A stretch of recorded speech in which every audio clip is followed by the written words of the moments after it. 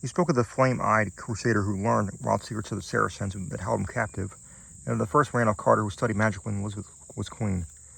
He spoke, too, of that Edmund Carter who had just escaped hanging into the Salem witchcraft, who had placed in an antique box a great silver key that handed down from his ancestors before Carter awaked. The great Visitant had told him where to find that box, in that carved oak box of archaic monster, whose grotesque lid no hand had raised for 2 centuries. In the dust and shadows of the great attic he found it, remote and forgotten at the back of the drawer in his chaw chest. It was about a foot square, and its Gothic carvings were so fearful that he did not marvel no person since Edmund Carter had dared to open it. It gave forth no noise when shaken, but was mystic with the scent of unremembered spices. That it held a key was indeed only a dim legend, and Carter's father had never known such a box existed. It was bound in a rusty iron, and by no means was provided for working the formidable lock. Carter vaguely understood that he would find it within some key to the lost gate of dreams, but where and how to use it, his grandfather had told him nothing. An old servant forced the carven lid, shaking as he did so at the hideous faces leering from the blackened wood, and at some unplaced familiarity. Inside, wrapped in a discolored parchment, was a huge key of tarnished silver, covered with cryptical arabesques, but of any legible explanation there was none. The parchment was voluminous,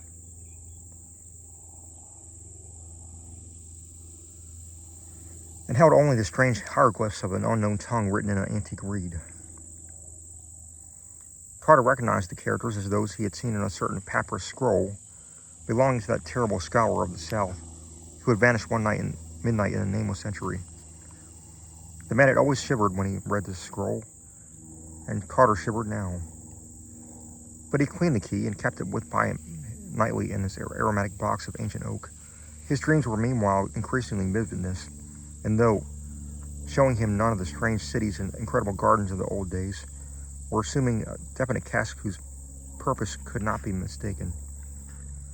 They were calling him back along the years, and with the mingled wills of his fathers were pulling him towards some hidden and ancient source, ancestral source.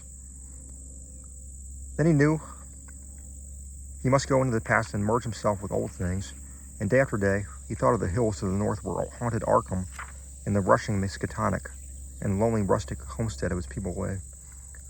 In the brooding fire of autumn, Carter took the old-remembered way past the graceful line of rolling hill and stone-wall meadow, distant vale and hanging woodland, and nestling farmstead, and the crystal windings of the Miskatonic, crossed here and there by rustic bridges of wood or stone.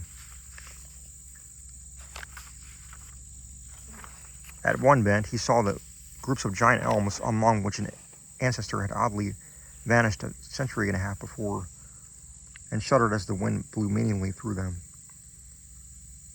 Then there was a crumbling farmhouse of old Goody Fowler, the witch, with its little evil windows and great roofs, sloping nearly to the ground on the north side. He speeded up to his car as he passed it, did not slacken until he had mounted the hill where his mother and fathers before her were born, and where the old white house still looked proudly across the road at the breathless, lovely panorama of rock slope and verdant valley, with the distant spires of Kingsport on the horizon and hints of the archaic, dream-laden sea in the farthest background.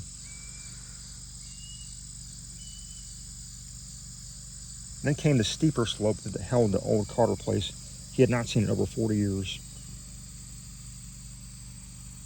Afternoon was far gone when he reached the foot, and at the bend halfway he paused to scan the outspread countryside, golden and glorified in the slanting floods of magic heaths poured out by the western sun.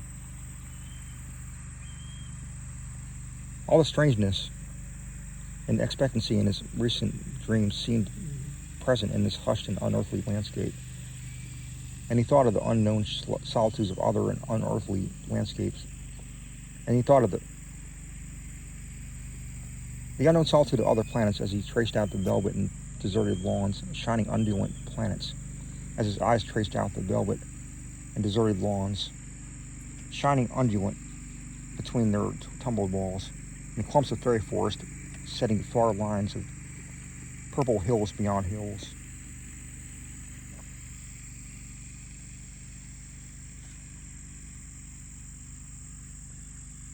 And the spectral wooded valley dipping down into the shadow to dank hollows where trickling waters were crooned and gurgling among swollen and distorted roots.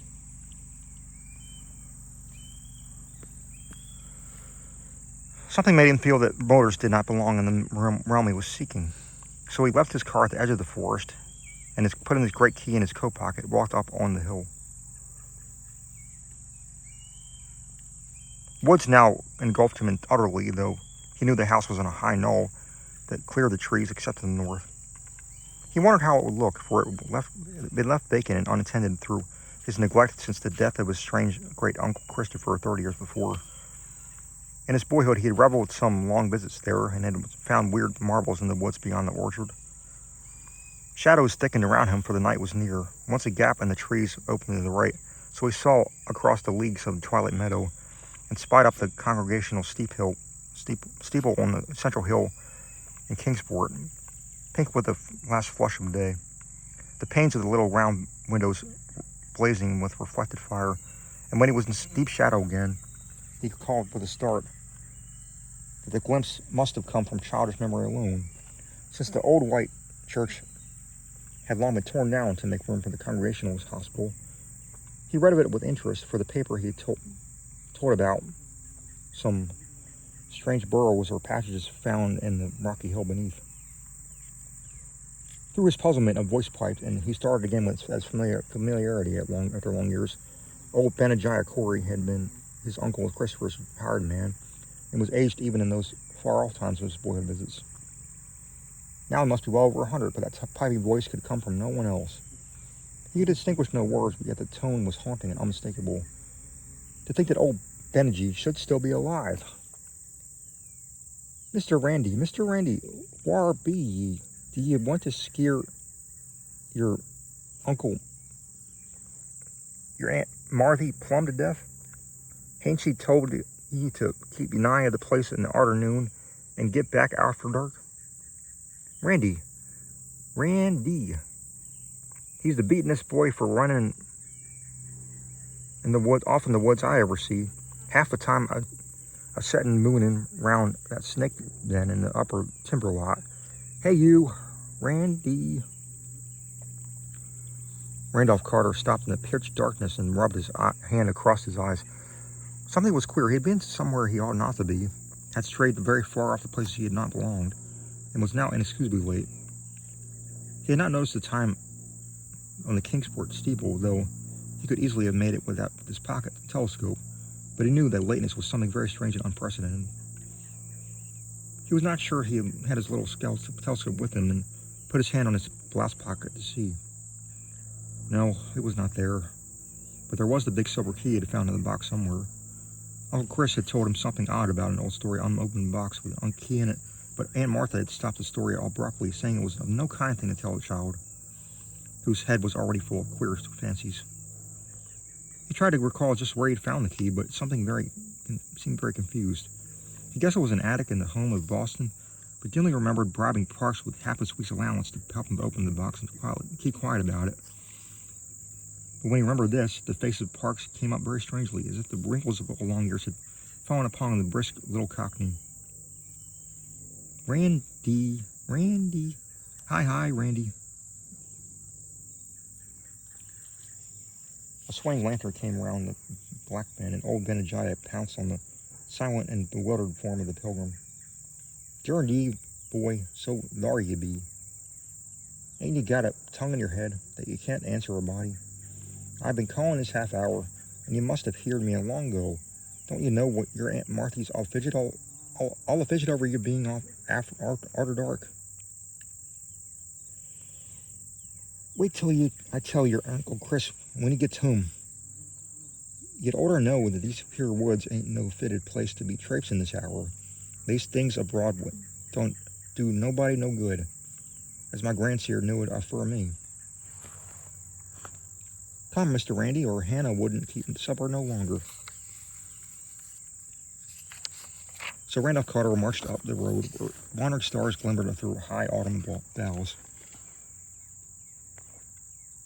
and dogs barked as the yellow light of small pane windows shone out at the farther turn, and the Pleiades twinkled across the open knoll where the great gamble roof stood black against the dim west. Aunt Martha was in the doorway and did not scold too hard when Benajah shoved the truant in. She knew Uncle Chris well enough to expect such things of the Carter blood. Randolph did not show his key, but ate his supper in silence and protested only when bedtime came. He sometimes dreamed better when awake and wanted to use that key. In the morning, Randolph was up early. He would have run off to the upper timber lot if Uncle Chris had not called him and forced him into his chair by the breakfast table. He looked impatiently around the low-pitched room for the rag carpet and exposed beams in the corner posts and smiled only when the orchard boughs scratched at the leaded panes of the rear window. The trees in the hills were close to him and formed the gate of that timeless realm which was his true country. Then when he was free, he felt in his blouse pocket for the key and, being reassured, skipped off to the orchard to the rise beyond, where the wooded hill climbed again to the heights above even the treeless knoll. The floor of the forest was moss and mysterious, and great lichen rocks rose vaguely here and there in the dim light like druid monoliths among the swollen and twisted trunks of a sacred grove. Once in his ascent, Randolph crossed a rushing stream whose falls a little way off sang runic incantations to the lurking fauns and edgepans and dryads. Then he came to the strange cave in the forest slope, the dreaded snake den, which country folk shunned, and away from which Benajah had warned him again and again.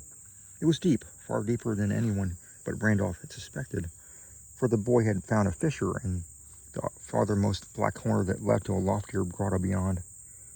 A haunting spectral place whose granite walls held a curious illusion of conscious artifice. On this occasion he crawled in as usual, lighting his way with matches and filched from the sitting room match safe, and edging through the final crevice with eagerness hard to explain even to himself. He could not tell why he approached the farther wall so confidently, or why he instinctively drew forth the great silver case he did so. But as he went on, and when he danced back to the house, that night he offered no excuse for his lateness, nor heeded in the least the reproofs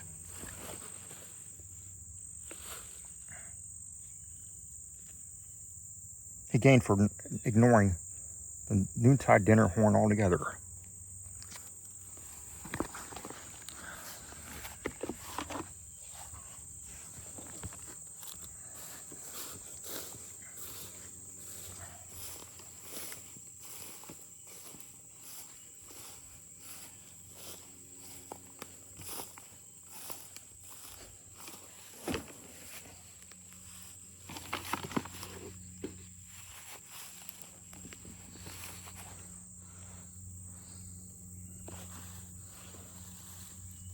Now it is agreed that all the distant relatives of Randolph Carter something had occurred to heighten his imagination in his 10th year.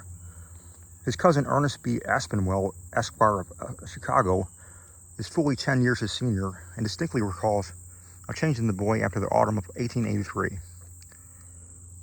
Randolph Carter had looked on scenes of fantasy that few others beheld. And stranger still were some of the qualities which he showed in relative to very mundane things. He seemed inclined to have picked up an odd gift of prophecy and reacted unusually to things which, at the time, without meaning, were later found to justify the singular impressions.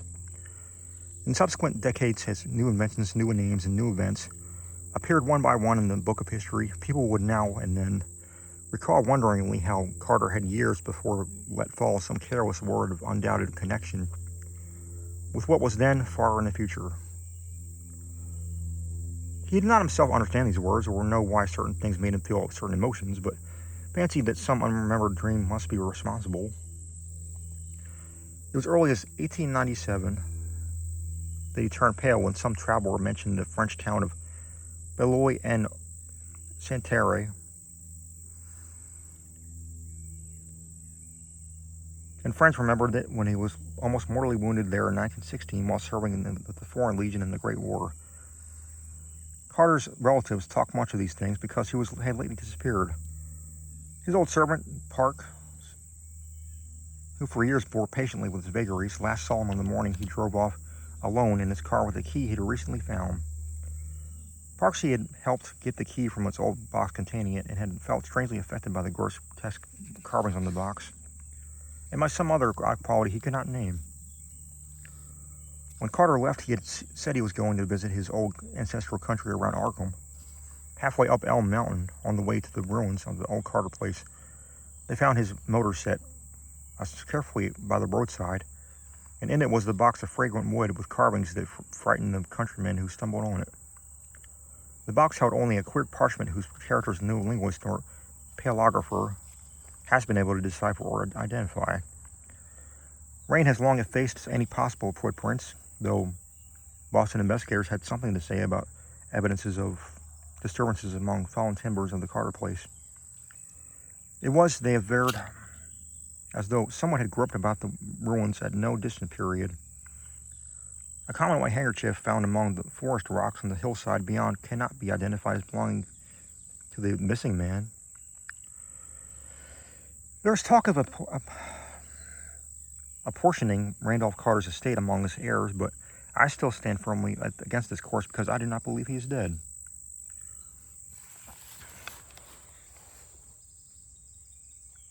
There are twists of in time and space, a vision and reality, which only a dreamer can divine, and from what I know of Carter, I think he has merely found a way to traverse these mazes. Whether or not he will ever come back, I cannot say. He wanted the land of dream he had lost. He had yearned for the days of his childhood, and then he found a key, and I somehow believe he was able to use it to a strange advantage. I shall ask him when I see him, for I expect to meet him shortly in a certain dream city we both used to haunt.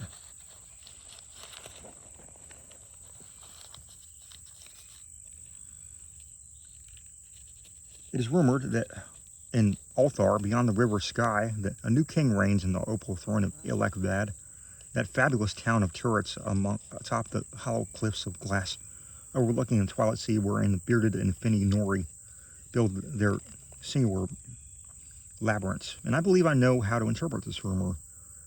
Certainly I look forward impatiently to the sight of that great silver key. For in its cryptical address there may stand symbolized all the aims and mysteries of a blindly impersonal cosmos.